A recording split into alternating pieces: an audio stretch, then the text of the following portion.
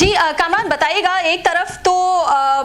जो है वो अमेरिका बात कर रहा है मुज़ाकरात की, हम देख रहे हैं ट्रंप खुद बार बार जो है ऐसा लग रहा है डेस्परेट है मुज़ाकरात के लिए, लेकिन फिर इतने बड़े बड़े उनके फौजी दस्ते जो है वो वहां पर पहुंच रहे हैं। ऐसा कहने में आ रहा है कि मिडिल ईस्ट में पहुंच रहे हैं उनके जो मरीन दस्ते हैं, और ऐसा इरादा लगता है कि शायद खार्क आइलैंड पे जो है वो कोई कार्रवाई करना चाहते हैं। आपके पास क्या अपडेट्स हैं, क्या न्यूज़ है, क्या ये मुज़ाकरात में कोई सीरियसनेस नजर आ रही है आपको?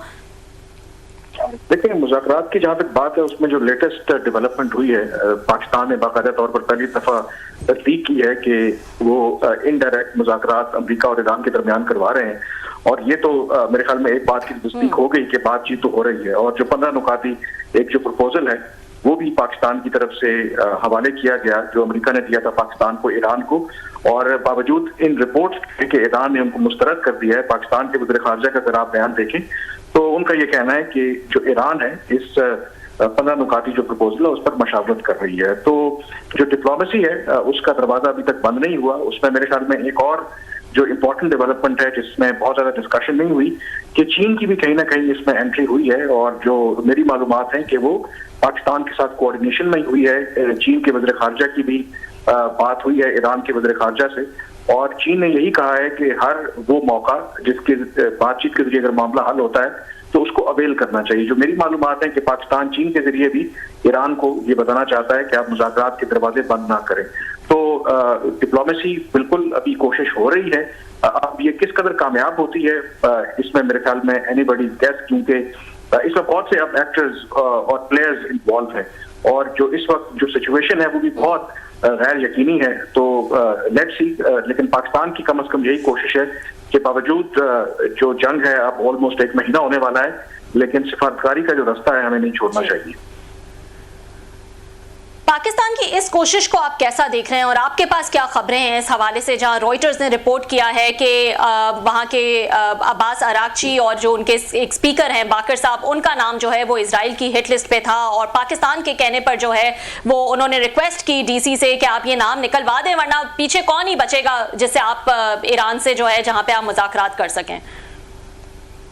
बिल्कुल, इन खबरों में मेरे ख्याल में सदाकत है। और पाकिस्तान इवन पिछले मरतबा भी जब ये कॉन्फ्लिक्ट हुआ था तो उस वक्त भी अमेरिका और इजराइल और खास करके इजराइल ईरान के सुप्रीम लीडर को निशाना बनाना चाहते थे, लेकिन पाकिस्तान ने यही एडवाइस किया था कि ये शायद बेहतर नहीं होगा। लेकिन इस मरतबा भी अगेन, क्योंकि वो तो ईरान की जो टॉप लीडरशिप है, आयतुल्लाह अली खamenei को उन्होंने असैसिनेट किया, बाकी लीडर्स को वो कर रहे हैं। और इजराइल की ये पॉलिसी है कि जो भी टॉप लीडरशिप है ईरान की उनको वो निशाना बना रहे हैं। और ये बात बिल्कुल ठीक है कि वो ईरान के वज़ीर ख़ारजा को भी और उनके जो स्पीकर हैं पार्लियामेंट के उनको निशाना बनाना चाहते थे। और किसी हद तक ये बात दुरुस्त है कि पाकिस्तान जब इंगेज कर रहा था ईरान और अमेरिका के दरमियान एक मफाहमत करवाने में, तो उन्होंने एक रोल प्ले किया। उन्होंने कहा कि अगर आप इन 2 रहनुमाओं को एलिमिनेट कर देंगे तो नतीजा ये निकलेगा कि मजीद ईरान के अंदर एक तो उनका मौक़िफ़ सख्त होगा और वहां पर जो हार्ड लाइनर्स हैं वो ज्यादा ऊपर आएंगे। तो ये बिल्कुल भी अप्रोच दुरुस्त नहीं है। और मेरे ख्याल में उसमें पाकिस्तान को इसलिए कामयाबी मिली कि अमेरिका ने फिर बताया जाता है कि इजराइल को मना किया और इजराइल ने फिर उससे इत्तेफाक भी किया। बड़ी मेहरबानी कामरान साहब, आपने हमें ज्वाइन किया। अभी जैसे आपने कहा कि इसहाक डार साहब तो बड़े वो हैं, उन्होंने आज जो उसको आके कंफर्म भी किया है कि ईरानियन जो है कंसिडर कर रहे हैं, ईरानियन कह रहे हैं जी हमने इसको बिल्कुल इसको हमने मुस्तरद कर दिया, हमारी डायरेक्ट कोई बात ही नहीं हो रही उनसे। तो जो ईरानियन ने 5 नुकात दिए थे उसका जिक्र नहीं है कहीं पे इनकी डार साहब के इसमें ट्वीट में सर। मेरे ख्याल में जो ईरान ने बिल्कुल जो 5 नुकाती काउंटर प्रपोजल दिया है, और जब इसहाक डार साहब ने कहा है कि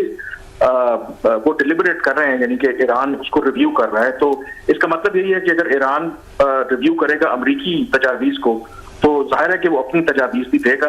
और बाकी इसहाक डार साहब बेहतर बता सकते हैं कि उन्होंने जिक्र क्यों नहीं किया ईरान की तरफ से जो मौक़िफ़ सामने आया है। मेरे ख्याल में उसकी एक वजह ये भी है कि क्योंकि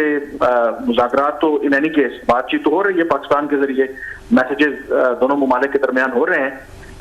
इतनी भी तफसील सामने आना दैट इज ऑल्सो इम्पोर्टेंट, क्योंकि अदरवाइज ये सिर्फ ज़राए से ही खबरें आ रही थी। तो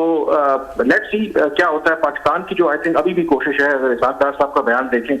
कि हम तो यही कह रहे हैं कि जो डायलॉग और डिप्लोमेसी है वही इस मसले का हल है। और पाकिस्तान की कोशिश तो यही है। रही बात ईरान की, मैं पहले भी ये जिक्र कर चुका हूँ कि जब आप हालत जंग में होते हैं तो आप एक तो बैटल ग्राउंड में लड़ रहे होते हैं, दूसरे बयानी की जंग भी होती है, तो एक पब्लिक पॉस्चरिंग भी है वहां पर। मेरा नहीं ख्याल कि ईरान में कोई भी वहां की जो क़यादत है कि जब जंग हो रही है, आपके ऊपर भी बमबारी हो रही है, धमकियां अभी भी आपको दी जा रही हैं, तो उस मौके के ऊपर वो पब्लिकली कोई इस तरह का स्टेटमेंट देंगे कि जिससे वो अपने अवाम में या अपने फॉलोअर्स में एक गलत मैसेज जाए। लेकिन इसका ये मतलब नहीं है कि बिहाइंड द सीन कोई उस तरीके से बातचीत नहीं हो रही या उस तरह से, क्योंकि अगर ये बातचीत ना हो रही होती तो मेरा नहीं ख्याल कि पाकिस्तान के वज़ीर ख़ारजा इतना बड़ा वो स्टेटमेंट जारी करते। जाहिर है कहीं ना कहीं बातचीत तो हो रही है, लेकिन ईरान जाहिर है उसकी अपनी एक पब्लिक पोजीशन है, वो शायद उस वक्त तक उस पब्लिक पोजीशन को बरकरार रखेगा जब तक बिहाइंड द सीन कोई डेवलपमेंट उस तरह से हो नहीं जाती। अच्छा सर, हम देख रहे हैं कि कुछ चंद घंटों बाद वो डेडलाइन जो फ्राइडे तक की थी, उन्होंने सदर ट्रंप ने 5 दिन की उन्होंने हाल्ट किया था कि इंफ्रास्ट्रक्चर्स पे या पावर प्लांट्स वगैरह जो एनर्जी के इनके प्लांट्स वगैरह हैं उन पे हम अटैक्स नहीं करेंगे। तो आपको क्या लगता है इस, और दोनों साइड्स कह रही हैं कि मुज़ाकरात जो हैं मतलब एक तरह से नाकाम हो गए हैं, या अभी आपको बकौल अभी ये बिहाइंड द सीन चल रहे हैं, तो क्या किया जाएगा? इसका डेडलाइन तो कल ख़त्म हो रही है फ्राइडे को सर, कुछ घंटों के बाद, तो इसको बढ़ाया जाएगा या फिर हम खुदा न खास्ता देखेंगे कि वहाँ पे उन पे अटैक्स होंगे ईरान पे, और ईरानियन जवाबन जो हैं वो खित्ते में दीगर जो इंफ्रास्ट्रक्चर है इसका एनर्जी वगैरह का मुल्कों का गल्फ पे उन पे अटैक करेंगे? आपको क्या लगता है सर? मेरा ख्याल है कि अगर उन्होंने ऐसा किया, ऑलरेडी आई थिंक अमेरिकी सदर ट्रंप इस जंग में जो दाखिल हुए हैं उनकी मिस कैलकुलेशन थी और बुरी तरह से वो फंस गए हैं। और अगर उन्होंने धमकी तो उन्होंने दी है, लेकिन अगर वाकई वो ईरान के एनर्जी के जो इंस्टॉलेशन है उनको निशाना बनाते हैं, और जवाबन जो ईरान ने कहा है कि वो फिर गल्फ के अंदर जितने जो एनर्जी की तनसीबात है उनको निशाना बनाएंगे। ऑलरेडी इस जंग के नतीजे में आपको पता है कि जो इंटरनेशनल मार्केट के अंदर जो तेल की कीमतें हैं, जो सप्लाई डिस्ट्रप्शन है, उससे पूरा रीजन मुतासर हो रहा है, पूरी दुनिया मुतासर हो रही है। तो बहुत ज्यादा नुकसान ऑलरेडी हो चुका है, और मेरा नहीं ख्याल कि बाकी दुनिया खास करके जो खित्ते की ममालिक हैं वो ये चाहेंगे। आई थिंक अरब कंट्रीज के अंदर भी ये एक परसेप्शन बढ़ती जा रही है कि आपने हमें आगे कर दिया है, यानी कि जंग तो आपकी है लेकिन उसका जो खमियाजा है वो हम भुगत रहे हैं। तो ये बहुत बड़ा मेरे ख्याल में उनका फैसला होगा, जो एट बेस्ट आई थिंक वो कर सकते हैं, जिसमें वो बात हो रही है मरीज भेज रहे हैं और बाकी प्रेशर डालने के लिए, वो मुमकिन तौर पर जो खाक जो आइलैंड है उस पर वो कब्जा करने की बात हो रही है, क्योंकि स्ट्रेट ऑफ हॉर्मुज़ इस वक्त एक बड़ी ऑब्स्टिकल नजर आ रही है आपको। तो शायद वो बार्गेनिंग चिप के तौर पर के जो खाक आइलैंड है उस पर वो कब्जा करने की कोशिश करें, इंस्टेड ऑफ जो एनर्जी की तनसीबात है उनको निशाना बनाने का। अच्छा, हम देख रहे हैं कि सऊदी अरेबिया अब तक 1 महीने में वो रेस्ट्रेंट का मुजाहरा करते रहे हैं, पाकिस्तान ने भी रोल प्ले किया, उन्होंने कुछ जवाबन कोई उन्होंने ईरान पे उन्होंने अटैक्स लॉन्च नहीं किए, लेकिन हम देख रहे हैं कल परसों से उनकी सऊदीज जो हैं उनका भी वो कहते हैं ना सब्र का पैमाना जैसे लबरेज हो रहा हो। कल उन्होंने भी बड़ा उनकी मिनिस्ट्री ने या उनकी वजारत ने बड़ा एक सख्त बयान जारी किया और वो मजम्मत की ईरान के जो हमले उन्होंने गल्फ स्टेट्स पे किए हैं सऊदी अरब पे। आज सऊदी अरबिया के जो एम्बेसडर हैं पाकिस्तान में उन्होंने भी बड़ा उनकी सख्ती से उन्हें मजम्मत की है, और ये मतलब इस तरह का तस्वर बन रहा है कि शायद ज़्यादा देर तक रेस्ट्रेंट का मुजाहरा वो ना कर सकें। आपको लगता है कि उसमें सऊदी अरेबिया और ईरान वो डायरेक्ट एक दूसरे के साथ खुदा न खास्ता एंगेज होने वाले हैं? देखें, अगर ये जंग तूल पकड़ती है और अगर इसमें कोई सीज फायर नहीं होती तो बिल्कुल इस बात का इम्कान मौजूद है, और यही सबसे बड़ी वजह है कि पाकिस्तान एक तरफ तो ईरान और अमेरिका के दरमियान जो भी बातचीत करवाने की कोशिश कर रहा है, दूसरा पाकिस्तान की उससे भी ज्यादा जो बड़ी कोशिश है वो कम से कम ईरान और जो गल्फ कंट्रीज हैं इनके दरमियान एक सीज फायर हो, या कम से कम ईरान जो है वो इन ममालिक को खास करके सऊदी अरब को निशाना ना बनाए। और जो मेरी मालूमात है कि पाकिस्तान की जो क़यादत है एक लिहाज से थोड़ी फ्रस्ट्रेटेड जरूर है कि जहां तक सऊदी अरब का ताल्लुक है उनका ये कहना है कि पाकिस्तान की एडवाइस के ऊपर उन्होंने अभी तक तहम्मुल का मुजाहरा किया है, रिस्ट्रेंट किया है, यानी कि ईरान ने जो भी ड्रोन और मिसाइल उनको मारे हैं उसका उन्होंने जवाब नहीं दिया। लेकिन on the other hand Pakistan का जो मेरी पाकिस्तानी जराए से बात हुई है थोड़ा वो परेशान है कि जो ईरान को हमने कहा कि कम से कम आप सऊदी अरब को या बाकी जो पाकिस्तान के दोस्त ममालिक हैं, मुसलमान ममालिक हैं, इनको आप स्पेयर करें, लेकिन ईरान ने वो बात नहीं मानी। तो पाकिस्तान का ये खदशा है और पाकिस्तान ये कह भी रहा है, ईरान को समझाया भी है कि देखें इसराइल के ब्रॉडर प्लान को आप समझें। जो इसराइल है वो तो इसी वजह से उसने ये हरकत की है कि ये तमाम ममालिक आपस में लड़ना शुरू कर दें, और अगर ईरान ये हमले बंद नहीं करता मुसलमान ममालिक के ऊपर तो नतीजा यही निकलेगा कि एवेंचुअली इन अरब ममालिक को भी ईरान के खिलाफ कार्रवाई करना होगी, और उससे इसराइल का जो ब्रॉडर एक मंसूबा है उसमें उनको कामयाबी मिलेगी। लेकिन सो फार जो पाकिस्तान को थोड़ी डिसअपॉइंटमेंट है कि ईरान उस तरीके से पाकिस्तान की बात नहीं सुन रहा, और बावजूद पाकिस्तान के कहने के वो सऊदी अरब और बाकी जो अरब ममालिक हैं उनके खिलाफ उसने हमले जारी रखे हुए हैं। सर, आपको लगता है कि जो वो न्यूयॉर्क टाइम्स में रिपोर्ट आई है जिसमें वो सऊदी रजीम के हवाले से उन्होंने ये कहा है कि जनाब कि वो उनको इनकरेज कर रहे हैं ट्रंप एडमिनिस्ट्रेशन को कि वार आपने जल्दी ख़त्म नहीं करनी, पूरे अपने ऑब्जेक्टिव जो हैं वो आप मुकम्मल करें। अगर आप इस जंग को बगैर उसके रजीम चेंज के छोड़ कर गए तो पूरे खित्ते के लिए मुस्तकबिल में प्रॉब्लम रहेंगे। तो आप समझते हैं कि ईरानियन इस वजह से भी ज़्यादा वो प्रवोक होंगे, ज़्यादा वो पाकिस्तान की बात नहीं सुन रहे कि आप हमें कह रहे हैं जी उन पर अटैक ना करें, वो एडमिनिस्ट्रेशन को उनको ट्रंप को कह रहे हैं नहीं जनाब कि आप हमले अब जारी रखें। आपको लग रहा है, हालांकि उन्होंने आगे डिनाई किया है सऊदी अरेबिया ने कि हमने कुछ इस तरह की बातें जो हैं हमने ट्रंप एडमिनिस्ट्रेशन को नहीं की, तो आपको क्या लगता है कि सिचुएशन किस साइड पे ये जा रही है सर? देखिए, इसमें मुझे लगता है कि ये दूसरी मरतबा स्टोरी आई है वॉशिंगटन पोस्ट में, और थोड़ा पूरा सच मुझे नहीं लगता। आई थिंक इसमें कहीं ना कहीं एक इसके अंदर व्यू ये है कि ये इसराइल का पर्पस सर्व करता है इस तरह की खबरें, क्योंकि ये दबाव तो आ रहा है, अमेरिका में भी बातें हो रही हैं कि अमेरिका ने इसराइल के कहने के ऊपर ये जंग छेड़ी है, और इस तरह की खबरों से तासुर देने का मतलब यह है कि इसराइल से दबाव हटे और जो दूसरे प्लेयर्स हैं वो भी उसमें अगर शामिल होंगे तो इसराइल को ये सूट करती है खबर के। देखें, ये हमारा मसला नहीं था, बल्कि जो ईरान के बाकी नेबरिंग कंट्रीज हैं उसमें सऊदी अरब भी शामिल है, ये उनका भी मसला था, वो भी चाहते थे कि वहां पे रिजीम चेंज हो। लेकिन हैविंग सेड दैट, इसमें ये बात जरूर है कि अब जब ये कार्रवाई ट्रंप ने शुरू की और इसराइल ने जो भी, ये बात जरूर है कि वो बिल्कुल चाहते हैं कि कम से कम अगर इस जंग का खात्मा होता है, यानी कि सीज फायर होती है, तो ये ऐसे ही सीज फायर नहीं हो जानी चाहिए हवा में, एक ब्रॉडर एग्रीमेंट फिर होना चाहिए, और उस ब्रॉडर एग्रीमेंट के अंदर फिर पूरा जो गल्फ का सिक्योरिटी आर्किटेक्चर है उस पर भी बात होनी चाहिए, और मुस्तकबिल में जैसे ईरान गारंटीज मांग रहा है कि मुस्तकबिल में उनके ऊपर कोई भी जंग नहीं थोपी जाएगी, सिमिलरली सऊदी अरब हो, यूएई हो, कतर, ये चाहते हैं कि ईरान की तरफ से मुस्तकबिल में भी कोई इस तरह की उनके खिलाफ कार्रवाई नहीं होगी। तो इस तरह की एश्योरेंस वो जरूर चाहते हैं, और ये कंसर्न जरूर पाया जाता है कि अगर ये जो जंग है बगैर किसी मुआहदे के खत्म हुई और मौजूदा जो ईरान का रिजीम इसी तरीके से बरकरार रहा,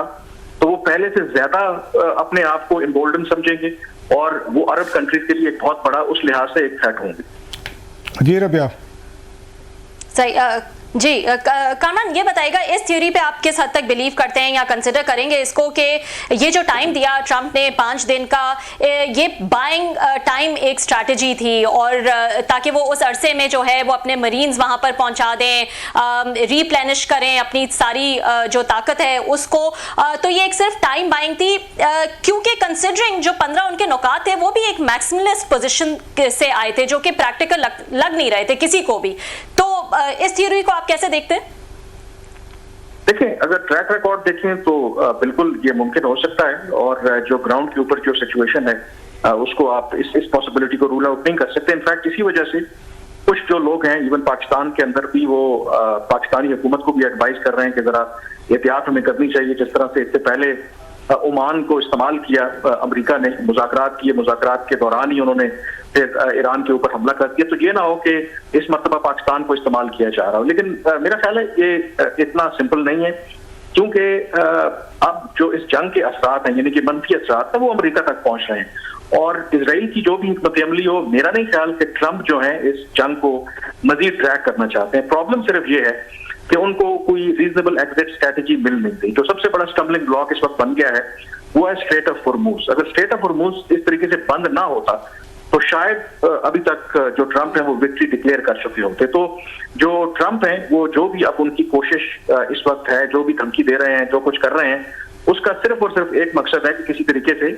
जो ये तेल की और एनर्जी की जो सप्लाईज है और स्ट्रेट ऑफ हॉर्मुज जो है वो पुरानी वाली पोजीशन पे वापस आ गए। लास्ट क्वेश्चन कामरान, जो कल उन स्टेटमेंट उनको कोट करके दिया गया जयशंकर साहब को, जो इंडियन फॉरेन मिनिस्टर हैं, जो पार्लियामेंट उन लीडर्स जो है उनकी लोकसभा के, उनको ब्रीफ कर रहे थे इस मौजूदा इस पे सिचुएशन पे, तो उसमें जो अल्फाज जो उन्होंने अल्फाज इस्तेमाल किए जिस पे इवन इंडिया में बहुत सारे रिएक्शन आया है, जो CNN एलिमेंट्स हैं पाकिस्तानी फॉरेन ऑफिस में अगर आपकी कोई बात हुई है साहब, आपके कंटेक्ट से, इनका क्या इस पे रिएक्शन है कि उनके जो अल्फाज हैं टोटली अनडिप्लोमेटिक, अनप्रेसिडेंटेड, तो इसको पाकिस्तान कैसे देख रहे हैं सर? देखिए, दफ्तर खारजा के तर्जुमान की तरफ से आज इसके हवाले से रद्द-ए-अमल सामने आया है, आज ब्रीफिंग की और उन्होंने यही कहा है कि ये बुनियादी तौर पर अनडिप्लोमेटिक भी है और ये भारत का और उनके वज़ीर खारजा का जो फ्रस्ट्रेशन है ये उसका इजहार है कि जिस तरह की लैंग्वेज वो इस्तेमाल कर रहे हैं। और मेरे ख्याल में बिल्कुल आप ठीक कह रहे हैं कि भारत के अंदर भी वहां पर ये आवाजें उठ रही हैं और वो लोग यही समझते हैं कि ये जो भारत के वज़ीर खारजा हैं, क्योंकि उनकी खारजा पॉलिसी के इंचार्ज हैं, कि उनकी नाकामी है और इसलिए नाकामी है क्योंकि ये वही भारत है जो पाकिस्तान को इंटरनेशनली आइसोलेट करना चाहता था और उनका ख्याल था कि पाकिस्तान अब न 10 में है न 11 में है, लेकिन बावजूद इसके कि पाकिस्तान ने ये शो किया है कि भारत अपने आप को जितना मर्जी बड़ा विश्व गुरु समझ ले या दुनिया की 5वीं बड़ी मईशत हो, पाकिस्तान की जो अपनी अहमियत है उससे आप इनकार नहीं कर सकते। और मेरे ख्याल में ये अगर भारत जितना जल्दी रियलाइज कर ले उतना मेरे ख्याल में उनके लिए बेहतर है और इस तरह के बयानात देके वो अपनी जो नाकामी को छुपा नहीं सकते। और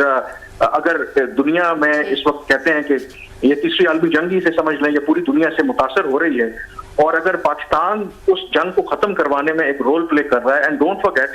कि अगर ये जंग का खात्मा होगा, अगर कुछ सीज फायर होती है तो इसका पाकिस्तान को तो फायदा होगा ही होगा, इसका भारत को भी फायदा होगा। तो ये बड़ी एक मेरे ख्याल में आप कह सकते हैं कि आम जुबान में ये जो जेलसी है ना भारत की, वो आपको एक हसद जो है वो उभर कर सामने आ रहा है कि हाउ